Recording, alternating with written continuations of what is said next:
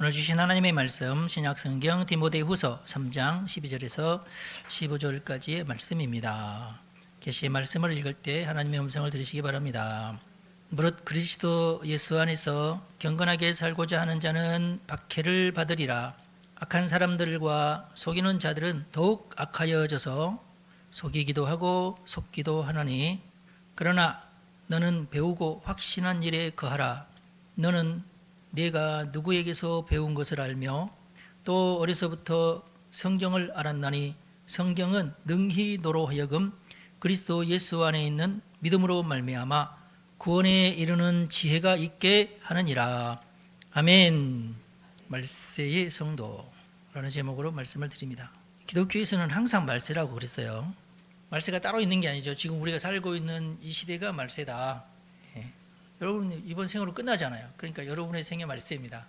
그만큼 이제 좀 영적으로 깨어서 살아야 된다, 그런 뜻이죠. 세계적으로 전도가 막히고 있는데요. 그런데 이 문제는 어떤 세계적인 안목이 필요합니다. 물론 이제 현재도 아프리카나 아시아, 인도네시아, 남미, 특별히 브라질에서는 개신교 전도가 굉장히 활발합니다. 지금 선교 1등국은 미국이지만 그동안 선교 2등국이 한국이었거든요. 근데 얼마 전부터 브라질에게 이 선교 2등 자리를 뺏겼어요. 브라질에서 선교사가 어마어마하게 많이 파송되고 있고, 특별히 브라질에서는 지금 북한이 기독교를 많이 핍박하고 있다. 브라질에서 선교 결단한 우리 청년들이 나는 북한에 가서 선교하겠다 하는 청년들이 굉장히 많아요. 브라질 사람이. 이게 참 너무 아이러니한 일이죠. 반가운 소식이 아닐 수 없습니다.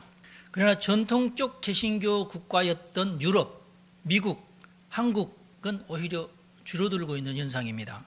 이것은 이제 근본적으로는 이제 막시즘 때문인데요. 또 신공산주의 전략이 교회를 향해서 집중하고 있기 때문에 교회를 적대시하고 반성경적인 도덕을 부추기면서 일어난 현상입니다. 그래서 요즘에 이제 하여튼 더 시끌시끌한데 LGBTQ, DEI 정책, 환경주의 또는 유엔이나 나토, 또 노벨, 모든 상이 그러지 않고 노벨 평화상이나 문학상, 신기하게도 우리나라가 이 두 상을 다 받았죠. 다른 상은 하나도 못 받으면서, 노벨 수학상이나 화학상 이런 것은 안 받으면서 노벨 평화상이나 문학상 안 받아도 될 상은 우리나라가 두 개 다 받았어요. 굉장히 재미있는 현상이죠. 그로 인해서 이제 신공산주의의 출발점이 된 유럽은 현재 교회가요 초토화됐습니다. 영국 교회들은 전부 술집으로 팔리고 있고요. 이슬람 회당으로 다 팔리고 있어요. 교회가 지금 문 닫고 있어요. 유럽은. 국력이 옛날 선진국 수준이 아닙니다. 지금 유럽은. 독일도 그렇고요. 전체 나토 전체가 지금 거의 우리나라보다도 지금 못하는 그런 상황이 됐어요. 국력은 우리나라보다 못합니다. 국방력은. 유럽 전체를 다 봐도 우리 한국보다도 국력이 센 나라가 없어요. 영국이 해상왕국이었잖아요. 인도에 지금 밀리고 있어요. 인도랑 영국이 붙으면 인도가 이깁니다. 지금 그런 상황이에요. 영국 런던은 지금 완전히 이슬람권이 지금 장악을 해버리고 말았습니다. 안타까운 세상이죠. 네. 다행히 이제 미국과 한국이 그로 인한 체제 전쟁이 지금 심각한데요. 우리나라가 더 심하죠. 미국도 만만치가 않아요. 지금 미국도 민주당과 공화당이 막 격돌을 하면서 서로 죽일 듯이 지금 잡아먹을 듯이 지금 싸우고 있습니다. 제가 볼 때는 기독교적으로 볼 때 미국과 한국은 영적 전쟁 중이다. 지금 전쟁 중이에요. 이 영적 전쟁은 세계 정세하고도 아주 밀접하게 연관이 되어 있고 기독교 전도하고도 밀접하게 연관이 되어 있어요. 현재 미국은 정권이 바뀌면서 사실상 반기독교 세력을 정부 차원에서 없애려고 지금 힘을 기울이고 있고, 슬로건이 뭐냐면은 미국을 다시 위대하게, Make America Great Again, 마가라고 그러죠. 주로 이제 미국의 크리스찬들이 이 운동에 적극 참여하면서 힘을 내고 있습니다. 물론 이제 트럼프 대통령 주도로 이게 진행되고 있지만은, 그리고 얼핏 보기에는 제조 왕국 부상을 부활하고 있는 것처럼 보이지만은 사실은 전통적인 가치로의 회귀가 그 정신적인 테마예요. 우리 건국 이념을 다시금 우리 불러일으키자. 미국의 건국은 기독교적 정신이거든요. 그것을 다시금 불러일으키자. 우리 한국도 깨어나고 있습니다. 그동안 40여 년 동안, 지금으로부터 40년 전부터 우리나라는 공산주의에 물든 사람들이 조금씩 적용화되어 왔어요. 좌경화가 진행되면 진행될수록 교회는 소외되고 핍박을 받았습니다. 눈에 띄도록 나타난 현상이 아주 오래됐지만은 이제 미션 스쿨에서 예배를 드리는 것을 나는 반대한다. 그럼 너 전학을 가거라. 나는 전학 안 가고 나는 예배 참석하지 않겠다. 이런 어떤 학생이 하나 있었죠. 성동구청인가 뭐 그쪽 근방에. 그것 때문에 그 친구는 무조건 서울대 입학까지 했잖아요. 지금은 유야무야한 청년이 돼버리고 말았지만은 그때 그거 가지고요. 뭐 1년 넘게 온 신문이 시끌시끌하면서 그러면서 한국의 한국 중고등학교는 거의 대부분 기독교 90% 이상이 기독교 재단에서 설립한 학교인데 그 사건 하나로 휘청휘청거렸죠. 전도 자체도 휘청휘청거리고 이런 것이 조금씩 작용화가 이루어졌고 심지어는 북한을 찬양하는 것도 표현의 자유다 이런 식으로 막 주장을 하고 몇 년 전에 그랬잖아요. 이게 조금씩 이게 진행이 돼가지고 그게 다 이제 법적으로 보호가 되니까 이제는 뭐 어마어마하게 많은 사람들이 시위하면서 휘청휘청 그랬죠. 온 나라가. 그러면서 세월호 사건 터지면서 완전히 나라가 그냥 급속도로 작용화돼 버리고 말았죠. 그러면서 드라마에서는 무조건 일단 1편이든지 2편이든지 교회를 비판하는, 교회를 까는, 교회가 아주 악한 짓을 벌이고 있다는 식으로 방향이 잠깐 되고, 근데 물론 잠깐만 되고 계속 이루어지지 않는데, 근데 그것도 큰 효과를 나타내요. 그 모든 것들이 다 이제 이단들이나 하는 그런 짓들인데 마치 보통 교회에서 하는 것처럼 그렇게 방향을 하고 아무런 설명도 없이 그냥 막 넘어가 버리잖아요. 한국 교회가 여기에 대해서 대처를 못해요. 유구무원이에요. 왜 그렇습니까? 너무 교단이 찢어져 있어가지고 연합 활동을 못해요. 교회가 하나가 됐으면은 변호사를 사든지 뭐 고소 고발을 하든지 해가지고 드라마에서 그런 못된 짓을 하지 못하도록 했을 텐데 그러지 못하고 있어요. 너무 안타까워요. 이게 개구리 소단에 넣고 불 떼듯이 서서히 달아오르니까 한꺼번에 그런 일이 일어나지 않고 너무 오랜 40년 동안 너무 서서히 이런 것이 진행되다 보니까 한국 교회의 전도는 점점 그러면서 점점 전도율이 떨어지고 그렇게 됐어요. 안타깝죠. 사실 한국은요 세계적인 어떤 기준으로 볼 때 공산당에게 철저하게 이렇게 괴롭힘 당한 민족 중에 하나예요. 역사적인 사실이 그렇습니다. 일제시대 때부터 공산당이 한국에 있었는데 당시 일제시대 때에는 일본을 상대로 공산당이 운동을 했어요. 독립운동을 했어요. 이제 그들이 이제 독립운동가로 알려지기 시작하면서 요즘의 영화들은 대부분 그런 어떤 공산당들이 벌였던 그런 암살이나 이런 것들을 주제로 활동을 했는데 그런 것들이 이제 영화화되면서 마치 그런 공산당 운동이 독립운동인 것처럼 그렇게 이제 미화돼서 이렇게 재미는 있긴 있는데 사실은 그 속에는 이제 공산당원들이 하는 행동들. 그런데 사실은 해방 전에 이미 이승만 대통령을 중심으로 공산당은 안 된다 하는 운동이 사실 있었어요.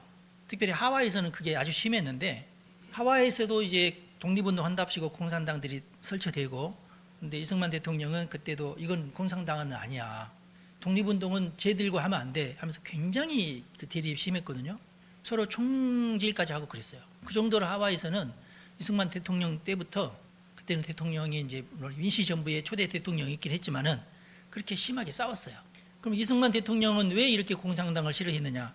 미국도 공산당을 그렇게까지 싫어하지 않았어요. 미국이 한때는 소련과 손잡고 2차 세계대전 끝마치고 그랬잖아요. 그래서 미국은 소련 공산당하고 손을 잡았어요. 예. 그러나 이승만 대통령만큼 공산당은 절대로 아니야. 막 그랬으니까 그래서 미국도 이승만을 굉장히 좋지 않게 봤어요. 사실은 왜 공산당을 그렇게 싫어하느냐 이런 식으로. 그러나 이승만 대통령은 왜 그랬냐면은 전 세계를 유람을 하면서 각 나라의 정치 체제를 연구하기 시작을 했고 공산당을 받아들인 나라가 어떻게 망해가는 것을 봤어요. 어떻게 인권이 유린되는가를 봤어요. 그래서 이건 공산당은 아니다 하고 철저하게 본인이 체득을 했어요. 그런 사람이 없습니다. 그때 당시에. 그러나 이승만 대통령만큼은 공산당은 이건 절대로 이거 우리나라에 들어와서는 안 된다고 철저하게 믿고 있었어요. 그래서 하와이에서 태평양 잡지를 발간을 했어요. 한 달에 한 번씩. 나중에는 그것이 인기가 있어가지고 이제 일주일에 한 번씩 태평양 주보로 이렇게 해가지고 발간을 해가지고 한국에도 보내고 일본에도 보내고 미국에도 보내고 뭐 동남아시아 막 각국에 보내면서 그러니까 문서 선교 문서로 독립운동을 했죠. 그리고 거기에는 공산당을 아주 철저하게 반격을 했어요. 그러니까 최초로 공산당을 향해서 반격을 하고 이것은 절대로 아니다고 외친 사람이 사실은 이승만 박사예요. 그래서 거기에 이제 우리나라 지성인들이 그 잡지를 보면서 공산당을 알게 됐고, 그래서 이승만 대통령이 해방 후에 우리나라 왔을 때에 1등 대통령 후보가 되었고 정말로 대통령이 되었고요. 이 태평양 잡지 때문에 그렇습니다. 잘 알려져 가지고. 그리고 이승만이 집권하면서 했던 가장 핵심적으로 중요한 일이 뭐냐면요, 공산당 척결이에요. 그래서 여성 반란 사건이 일어나고 그럴 때에 우리나라에 공산당이 굉장히 많았거든요. 파도 많았고 공산당 파도 어마어마하게 많았고요. 그 모든 파들이 이승만을 대적을 했어요. 이승만 대통령이 추진하는 모든 일마다 막 데모하면서 반대를 했어요. 그들이 전부 공산당 파들이었어요. 그리고 급기야는 여수 순천을 중심으로 반란까지 일어났죠. 공산당을 중심으로 한 군인들이 많았거든요. 그들이 일어나면서 양민들을 학살하고 그러면서 유명한 사랑의 원자탕 거기서 나오게 되죠. 그들이 이제 소탕이 되면서 전부 제주도로 도망을 갑니다. 제주도에도 공산당이 많았어요. 제주도 공산당과 여순 사건으로 인해서 도망간 사람들이 제주도에 함께 모이면서 제주 4.3 사건을 일으킨 겁니다. 제주 4.3 사건을 지금 이것은 뭐 정의로운 어떤 사건이고 그렇게 많이 알려진 전부 역사 왜곡입니다. 공산당들이 정권을 향하여서 반란한 사건이에요. 이것은 반란이 아니고 양민 학살이라는, 그렇지 않아요. 그때는 양민인지 공산당인지 구별이 안 되는 세대였어요. 그래서 엄청난 역사 왜곡이 있어요. 지금도 그래요. 해방 후 남한에 있던 공산당의 우두머리가 박헌영입니다. 박헌영이가 북한에 가가지고 김일성을 만나면서 당신이 쳐들어오기만 하면 된다. 남한에 공산당 너무 많다. 공산당이 다 일어나서 여기서 반기를 들면서 이 정부를 무너뜨릴 거니까 당신은 걱정하지 말고 탱크 몰고 내려와라. 그랬어요. 그런데 그 전에 이승만 대통령이 여순 반란 사건 해결하고 제주 4.3 사건도 진압을 했어요. 미군까지 동원해가지고 진압을 한 겁니다. 공산당을 진압한 거예요, 여러분. 그래서 김일성이가 박헌영 말만 믿고 쳐들어 내려왔는데 3일 동안 서울에 머물었어요. 틀림없이 이제 공산당들이 혁명을 일으켜서 이제 나를 이제 추앙하면서 서울로 이제 밀고 올 것이다. 박헌영 말만 믿고. 그러면서 김일성이가 3일 동안 서울에서 미적미적 되고 있는 동안 우리가 다 부산으로 도망갔던 겁니다. 그래서 사실은 미군이 인천 상륙작전 하기까지 시간을 벌어준 거예요. 역사적인 팩트가 그렇습니다. 그 뒤로 박정희 정권 때도요, 공산당들은 지리산으로 숨어 들어가가지고 아주 징글징글하게 싸웠어요. 군인들하고. 그래서 빨갱이 소탕작전을 벌였죠. 그런 사실을, 역사적인 사실을 또 이제 소설로 낸 책이 태백산맥이라는 책입니다. 잘 팔렸죠. 그것은 또 이제 공산당을 중심으로 공산당을 어떤 미화하면서 만든 소설이 됐어요. 박정희 정권 때는 그래도 아주 반공 정신으로 투철해가지고 이렇게 하니까 이 공산당들이 이제 계속 숨어서 살다가 그러다가 노태우 정권 때 주사파가 돌고 일어나면서 결국은 정권을 무너뜨립니다. 그 뒤로 야금야금 언론, 출판, 교육, 여성, 체육, 심지어는 국회, 그리고 각종 노조, 영화, 드라마에 이르기까지 공산당 사상을 다 집어넣은. 공산당 사상이 뭐예요? 부자들은 나쁜 놈들, 노동자들은 선한 애들, 이렇게 돼 있어요. 모든 드라마, 우리나라 드라마가 100%까지는 아닌가? 하여튼 갑질하는 사람들, 그 갑질하는 사람들 밑에서 조금 이렇게 고통당하다가 치고 올라와서 그 갑질하는 사람들을 이제 쳐부수고 주인공이 되는 여성주의가 꽃피기 시작한 드라마가, 내 이름은 김삼수. 그 드라마부터 여성주의가 뜨기 시작을 했는데 그 이후로는 모든 드라마의 주인공이 여성이고 여성이 갑질하는 그런 드라마가 계속 나옵니다. 재밌어요, 우리나라. 종교조는 말할 것도 없고. 그렇게 이념 폭주가 지속되면서 그게 지금 40년째예요. 그러면서 한국 교회는 점점 무기력해지는데, 그 무기력해지는 또 그 출발점이 또 어디냐면은 다미선교회입니다. 이단들이 막 득세를 하면서, 그러니까 모든 언론들이 잘 됐다 하면서 막 그 다미선교회를 대서특필하고 그러면서 마치 그 모든 교회가 그러는 것처럼 그렇게 막 선전하기 시작을 했죠. 그렇게 교회가 공격당하는 동안 교회는 묵묵하게 고개를 숙이면서 나 죽었습니다 하고 있었죠. 그러면서 한국 교회의 전도가 사그라진 겁니다. 심지어는 교회 안에까지 이념 교회들이 우스갯소리로 막 늘어나게 됐어요. 철없는 목사들이 환경운동 한다고 막 날치는 목사들도 많아졌고, 이념운동 한다고 나서는 목사들도 많아졌고, 총회는 거의 대부분 사무원들을 이제 좌파 어떤 교육에 매몰된 그런 목사들이 가서 이제 어떤 사무원으로 근무하게 되고, 이제는 노회까지 절반 이상이 거의 이제 빨간색이에요. 물론 이번 계엄이 계몽령이 되어서 전 국민이 공산당뿐만 아니라 중국의 실체까지 파악하게 됐어요. 이 계몽령의 효과입니다. 잘된 일이죠. 그러니까 그동안에 많은 사람들이 야, 이 중국 이상하다, 우리나라의 중국 사람 이상한데 하면서 피부로 느끼니까 중국 이거 아무리도 이상한데, 저도 그랬잖아요. 그런데 이번 계엄령으로 인해서 얘들이 그냥 염려만 해서는 안 되겠네? 얘네들은 우리나라를 지금 뒤집어 엎는 자들이네? 이런 것이 드러났어요. 부정선거에 중국이 개입됐다는 사실이 드러났어요. 또 내가 볼 때는 한 50%밖에는 드러나지 않았다. 조금 더 파헤쳐야 된다는 생각을 하는데 잘된 일이죠. 근데 저는 아직 시작이다. 저도 이 반국가 세력들과 각을 세우며 투쟁을 한 지가 벌써 40년입니다. 언제 여러분들에게 드러나게 했냐면, 그전에는 속에서 몰래 하다가 학교에서 나오고 막 그랬는데, 여러분들에게 드러나기 시작한 것은 세월호 이유이지 않나. 이거 너무 심각하다. 해도 너무한다. 그래서 한국교회가 오랫동안 이 사상전쟁 때문에 박해를 받아왔고, 사실 또 북한은 세계 기독교 박해국가 1위예요. 너무나 처참한 정말 수치스러운 성적표죠. 오늘 우리 본문 말씀, 그래서 제가 선택한 이유가 디모데후서 3장 12절 말씀에 보니까 무릇 그리스도 예수 안에서 경건하게 살고자 하는 자는 박해를 받으리라. 하나님은 그동안 우리 한국교회가 박해를 받았다는 사실을 잊지 않으시고, 오늘날 한국교회 교인들이 나라를 지키기 위해서 광화문에서, 국회 앞에서, 또 각 도시에서 모이게끔 그렇게 하셨지 않나, 저는 그렇게 생각합니다. 여러분, 3.1 운동도 기독교인들이 앞장서서 일으킨 운동이었어요. 대표 34인 중에 기독교인이 제일 많습니다. 불교인 1명, 또 천도교인 1명, 이런 식이고 거의 대부분이 기독교인이었어요. 이번 세이브 코리아 운동도 기독교인들이 앞장선 거 아니에요? 작년 10월 27일부터 기독교인들이, 그 전에도 물론 정광훈 목사가 광화문 집회를 하고 있었지만은 세이브 코리아 하면서 200만 명이 모이자 해서 시작한 것이 기독교인들이죠. 그래서 우리들의 선한 싸움과 부르짖음이 하나님의 마음을 흔드셨지 않나. 우리는 계속 기도해야 됩니다. 하나님, 이 땅을 긍휼히 여겨 주십시오. 맨 처음에 싸움은 이제 LGBTQ하고의 싸움이었지만은 이제는 신공산주의와의 싸움이 돼버렸어요. 13절 말씀에 보면은 악한 사람들과 속이는 자들은 더욱 악하여져서 속이기도 하고 속기도 한다 그랬어요. 박근혜 대통령 탄핵당할 때 박근혜 대통령이 했던 말이 있어요. 거짓이 산을 이루고 있다. 한두 가지 거짓말로 나를 공격한 게 아니라 산더미같이 많은 거짓말로 나를 공격하고 있다. 근데 이 말을 어디다 할 수가 없어요. 왜냐하면 모든 방송국이 다 반 박근혜였고, 그래서 하는 수 없이 초라한 유튜브 방송국, 생긴 지도 얼마 안 돼서 몇 달도 안 됐어요.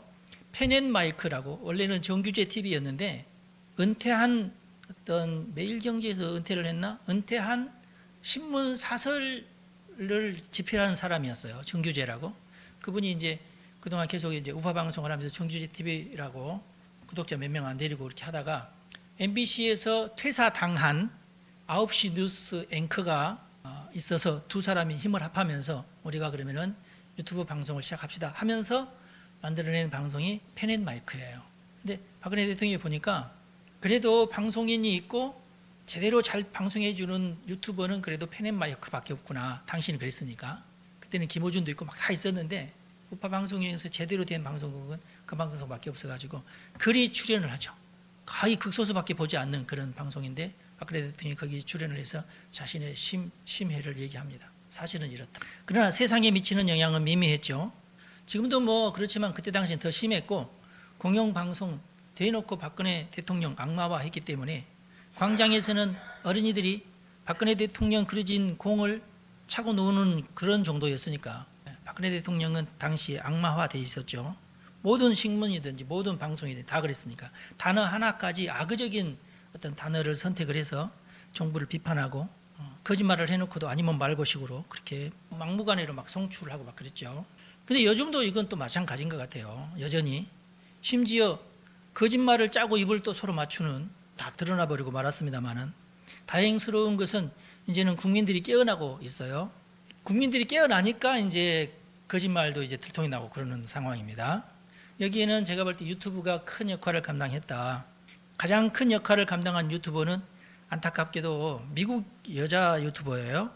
미국 여자 유튜버 이름도 내가 잊어버렸는데 CIA에다가 내가 아이유를 신고했습니다.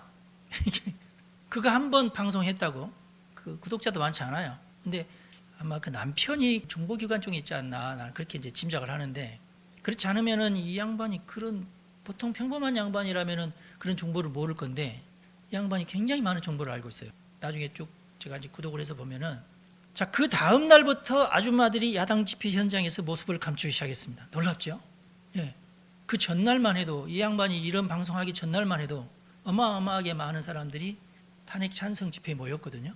근데 이 양반이 내가 아이유를 신고했다 이런 방송을 하자마자 그 다음 날부터 인원이 확 줄어버렸어. 그러면서 이제 탄핵 반대 운동은 어마어마하게 기하급수적으로 늘고 사실 광화문 집회는 박근혜 대통령 탄핵 때부터 어르신들이 60살 넘은 어르신들이 서울 거리를 막 태극기 들고 행진하기 시작했죠.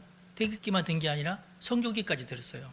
우리는 미국과 어떤 이념적으로 동맹이다 이것을 나타내기 위해서 어르신들이 그랬어요. 묵묵하게. 근데 그때는 박사모 주도의 시위였죠. 그 시위를 정강호 목사가 자기 편으로 이렇게 하듯이 이렇게 하면서 정강호 목사가 또 뜨기도 했지만은 근데 그들은 묵묵히 모여서 피켓만 들고 행전을 했죠. 그러나 모든 방송에서는 일절 보도하지도 않고 극우처럼 극우라면은 폭력적이어야 되는데 전혀 폭력적이지 않는데 극우 프레임을 만들어 가지고 씌우는 그런 못된 짓을 방송국이 모두 그런 식으로 태도를 취했죠. 그때 당시에 탄핵 촛불 시위는 어마어마했죠. 모든 가수들 뭐 유명한 사람들 다 나와 가지고 그러나 여러분 14절 말씀 보십시오. 그러나 너는 배우고 확신한 일에 거하라. 너는 네가 누구에게서 배운 것을 잘 알아라. 오늘날 세계 정세도 그렇고 우리나라 정세도 그렇고 복잡합니다. 굉장히 복잡해요. 역사를 배워야 됩니다. 모르면 당하게 돼 있어요. 배워야 진실을 구별하는 안목이 생깁니다. 너무나 당연한 얘기죠. 그리고 자유 대한민국의 정체성을 깨닫는 길은 배우는 길밖에 없어요. 왜냐하면 학교에서 안 가르치니까. 옛날에는 많이 가르쳤지만 지금 안 가르치거든요. 그래서 뭐가 악인지 뭐가 선인지 몰라요. 드라마를 봐도 왜 드라마가 저런 식으로 흘러가는지를 이해를 못해요. 안타깝죠? 지난 수십 년간 황현필이라는 사람 또는 설민석이라는 사람들이 주로 이런 사람들이 황현필은 유튜브에서 설민석은 아예 그냥 대놓고 모든 방송에서 좌파 역사관으로 인기를 끌었어요. 하는 모든 말이 다 거짓말인데 그럴듯하게 둔갑을 시켜가지고 그렇지만 이 사람들 지금 사라졌습니다. 이분 계몽용으로 사라졌어요. 황현필이도 조회수가 뭐 몇십만 이랬는데 이번 완전히 망해버렸어요. 누가 나타나서 전한길 씨가 나타나면서 참 놀라운 일이에요. 전한길 씨도 뭐 그냥 인기 있는 역사 강의 하시는 분이셨는데 굉장히 그 올바른 역사 강의만 했던 그런 분인데 이분이 갑자기 등장하면서 황현필 씨도 완전히 망해버리고 선밀석 씨는 오래전에 야, 이 사람이 얘기하는 거는 내가 볼 때 거짓말이 많은데 이런 어떤 의구심이 일어나는 바람에 망해버리고 이 사람은 다른 얘기 하다가 또 그냥 사라졌어요. 왜냐하면 우리나라 사람들은 좀 냉정해요. 한번 저 사람 거짓말쟁이 하면은 그 사람이 무슨 말을 해도 거짓말쟁이로 이렇게. 이 설민석은 오래전에 망했고 황현필은 얼마 전에 망했고 세이브 코리아 집회가 목사님들 주축으로 진행되어서 얼마나 다행인지 몰라요. 지금 정광훈 목사는 몸이 아파서 잘 등장을 특별히 어디가 아프냐면 무릎이 너무 아파가지고 무릎 관절염 때문에 서 있지를 못해요. 그러니까 어디 가서 얘기하지도 못하고 다행인지 어쩐지 모르겠는데 하여튼 저로서는 다행이라고 생각하고 정광훈 목사를 좋아하시는 분들은 이거 이럴 수가 있을까 안타깝던데 하여튼 그러고 있어요. 하여튼 많은 목사님들이 집회를 주도하고 계시는데 그중에 제일 핵심적인 인물이 누구냐면은 김진원 목사입니다. 김진원 목사는 1970년대부터 유명하신 분이신데 그때 당시에는 좌파였어요. 박정희 대통령과 각을 세우면서 아주 그 좌파 운동을 하시던 분인데 감옥 갔다 오면서 회개하고 우파가 되신 분입니다. 그분도 성경을 읽으면서 우파가 되셨어요. 원래 신학교 출신이고 목사님이셨는데 반정부 시위를 하다가 박정희 대통령한테 잡혀가지고 감옥에서 오랫도록 있으면 성경 읽으면서 깨달았죠. 대부분 그렇습니다. 이승만 대통령도 그랬고, 이승만 대통령도 한때는 고종을 이제 몰아내고 이 나라를 개혁해야 된다 하는 운동을 하다가 한성감옥에 들어가가지고 거기서 성경 읽고 회개하고 기독교인이 되면서, 그 전에는 기독교인이 아니었는데, 그러면서 그 감옥에서 성경 공부를 많이 했어요. 그러다가 우파가 돼가지고 고종이 그래도 제일 그 당시 영어를 제일 잘하는 사람이 누구냐? 감옥에 있습니다. 빨리 불러내라. 미국으로 보내서 우리의 뜻을 좀 미국에 전하자 해가지고 그 덕분에 미국으로 가게 돼가지고 거기에서 이제 미국 문화를 보면서 깜짝 놀라죠. 아, 이런 개화된 세상이 있구나. 아, 우리나라가 미국 같아야 된다. 그러면서 거기서 막 박사학위도, 왜냐하면 천재였어요. 천재여서 1년 공부하면 졸업 정도 할 정도로 배제학당에서 공부했던 그 이력을 거기서도 써먹었어요. 그래서 1학년, 2학년은 그냥 그 교양이니까 그냥 바로 3학년으로 가서 가자마자 박사학위에 내가 도전하겠다 해가지고 박사학위를 여러 개 땄어요. 천재입니다. 지금 트럼프 대통령이 사실 천재예요. 그 양반은. 일론 머스크도 천재고, 한번 읽은 것은 다 외워버리는 사람들이잖아요. 보통이 아닙니다. 이거 천재쯤 돼야 사실은 대통령을 해야 돼요. 사실은 유능한 인재가 됐어요. 하여튼 그 핵심적인 인물이 지금은 김준호 목사인데, 새벽을 깨우리로다라는 책으로 유명하신, 그때 당시에도 굉장히 유명하신 분이신데, 그 좌파들이 원래는 그분을 막 따랐는데, 원래 그 좌파 운동을 하다가 전향하신 분들을 그 원래 좌파에서는 뭐라고 비판하냐면 뉴라이트라고, 본인들을 새롭게 나는 깨달았다 해서 뉴라이트 이렇게 했는데, 이제 좌파들은 쟤들은 변질된 자들이다 이렇게 이제 비판을 하거든요. 뉴라이트를 중심으로 새로운 국경 교과서까지 만들어냈는데 좌파들이 막 달려들어가지고 그거 배포하지 못하도록 하고 난리를 치었죠. 그때가 이제 박근혜 대통령 때인데, 그때부터 저도 이제 이럴 수는 없다. 지금도 너무 역사 교육이 자경화되어 있는데 제대로 된 역사 교육을 시키자고 일어난 어떤 사람들의 이 운동을 왜 방해를 하느냐. 우리나라에는 사상의 자유가 있고 어떤 자기 주장을 할 수 있는 자유가 있는데 그것을 왜 막느냐. 그러면서 저도 이제 분개하면서 일어났던 건데, 근데 그때는 아무리 외쳐도 아무도 들어오지 않는 그런 시대인데, 지금은 많이 시대가 바뀌었어요. 명백한 거짓말입니다, 여러분. 근데 그 거짓말을 모두 믿는 그런 눈치여서 거짓의 영이 온 나라를 휩쓸고 있던 때입니다. 세월의 때죠. 그러나 이제는 다릅니다. 계엄령이, 계몽령이 되었어요. 대통령부터 감옥에 가는 정말 어처구니 없는 일이 벌어지자 국민들이 깨어나기 시작했습니다. 그 정도는 아닌데, 대통령을 감옥에 보낼 정도는 아니잖아.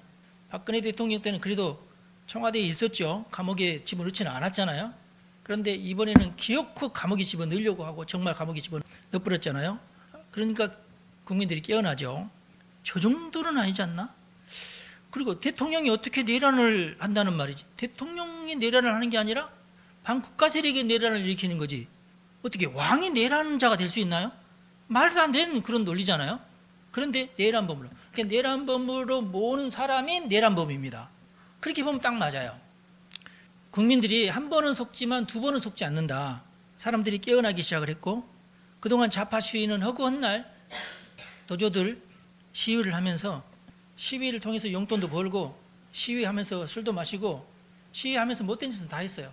심지어는 세월호 광장이라는 것도 만들고 거기 아예 그냥 광화문에다가 그냥 건물까지 세워놓고 그랬잖아요. 오세훈 시장이 와가지고 다 싹쓸이 해버렸지만은 지금 또 지금 천막부터 세우고 있어요. 지금 서울 시내 똑같아요. 옛날 하던 짓.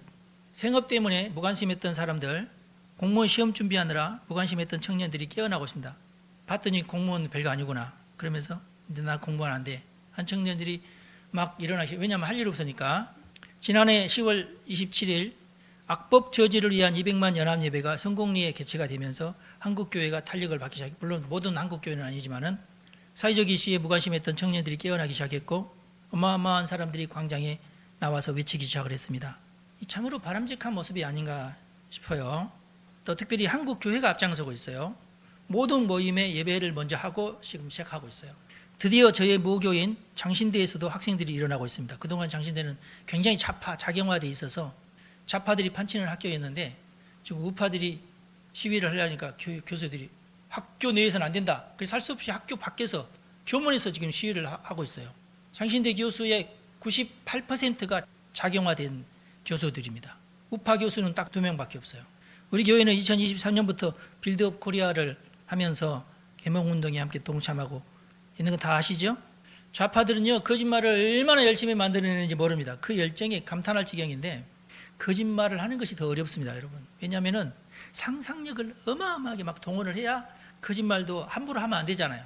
뽀록이 금방 나버리니까. 그래서 한 가지 거짓말을 만들어내기, 그 전치도 거짓말을 만들어내야 되고 그 전에 것도 거짓말도 만들어내야 돼요. 그러니까 보통 일이 아닙니다. 예. 그런데 진실은 냉정하면 금방 알아낼 수 있어요. 선동에 휘말리지 않고 왜 그랬는지 상식선으로만 생각을 하면 금방 진실이 드러나요. 근데 잘 드러나진 않죠. 공부를 해야 돼요. 공부를 해야 됩니다. 배우고 확신한 일에 그해야 돼요. 대충 소문만 듣고 지가 이런다 하더라 선동하면 그런가 보다. 공부를 해야 돼요. 이 나라가 제발 선동되지 말고, 그러면은 누가 왜곡했는지 어디서부터 왜곡이 됐는지 금방 알 수 있어요. 거짓이 난무한 세상입니다. 진실을 얻기 위해서는 땅을 파봐야 돼요. 노력을 해야 돼요. 감추인 보화와 같습니다. 책을 뒤적이고 신문을 보고 기사를 찾아봐야 돼요. 다 나와 있어요. 왜냐하면 우파 기사들도 많기 때문에 이것이 이슈화가 되지 않았을 뿐이지, 또 신문사들도 나중에 어쩔지 모른다 하고 우파적인 기사 다 내보내긴 합니다. 탑에 올라가지 않아서 그렇지. 탑에 올라가는 기사들은 전부 좌파 기사들이거든요. 누가 그걸 도와줬어요? 중국 댓글 부대가 도와줬어요. 그것이 탑에 올라가도록. 그런 짓을 한 겁니다. 그러므로 우리는 배우고 확신한 일에 거해야 됩니다.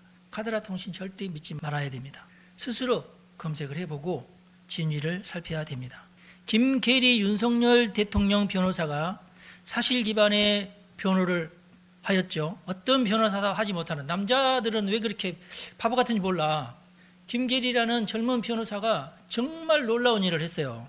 모든 거짓을 꼼짝없이 만들었어요. 거짓말 친 거 다 드러나게끔 만들었어요. 수많은 간첩 사건들, 우리나라에서 지금 현재 일어나고 있는 어마어마한 간첩 사건들을 모든 기사들 다 이 사람이 정리를 해가지고 이게 이번에 심판 때에 그걸 일일이 다 읽었어요. 지치지 않고. 판사들도 지칠 만한 일인데 그 모든 것을 전부 다 읽어 내려갔어요. 대통령 계엄령을 옹호하는 인력 스타가 되어버렸습니다.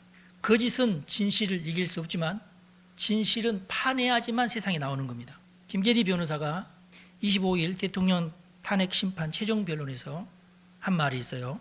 신문에 나왔기 때문에 여러분들에게 저는 14개월 딸 아이를 둔 아기 엄마입니다. 이번에 이력을 보니까요, 정상적인 법대 나가고 그러지도 않았어요.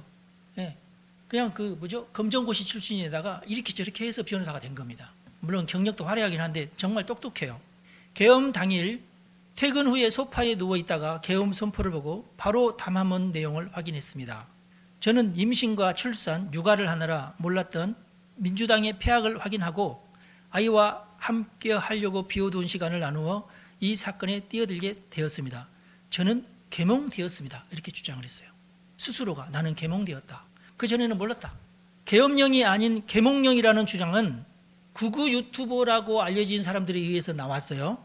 근데 사실 구구가 없어요. 우리나라에는. 이날 김 변호사는 체제 전복을 노리는 반국가 세력이 준동하고 있다라고 주장하고, 반국가 세력의 사회 장악, 민주당의 언론 장악, 입법 폭거 등 일당 독재 파쇼 행위에 대한 상황을 알리기 위한 대국민 호소용 계엄 선포라고 주장을 했어요.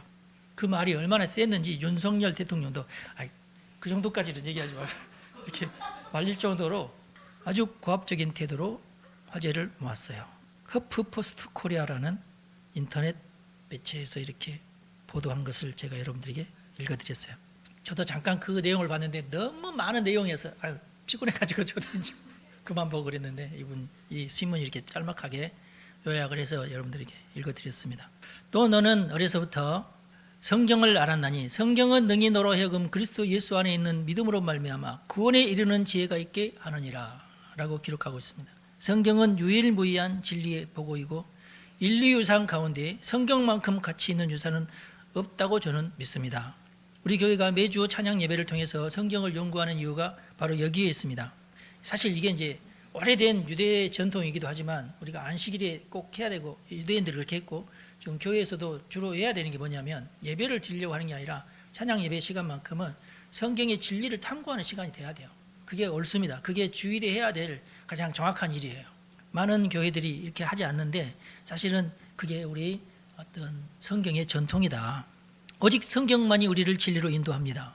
진리를 알아야 비로소 진실이 무엇인지를 깨닫게 됩니다. 깨닫는 자가 기도할 수 있고 진실한 기도가 응답을 받습니다. 저는 그걸 믿어요.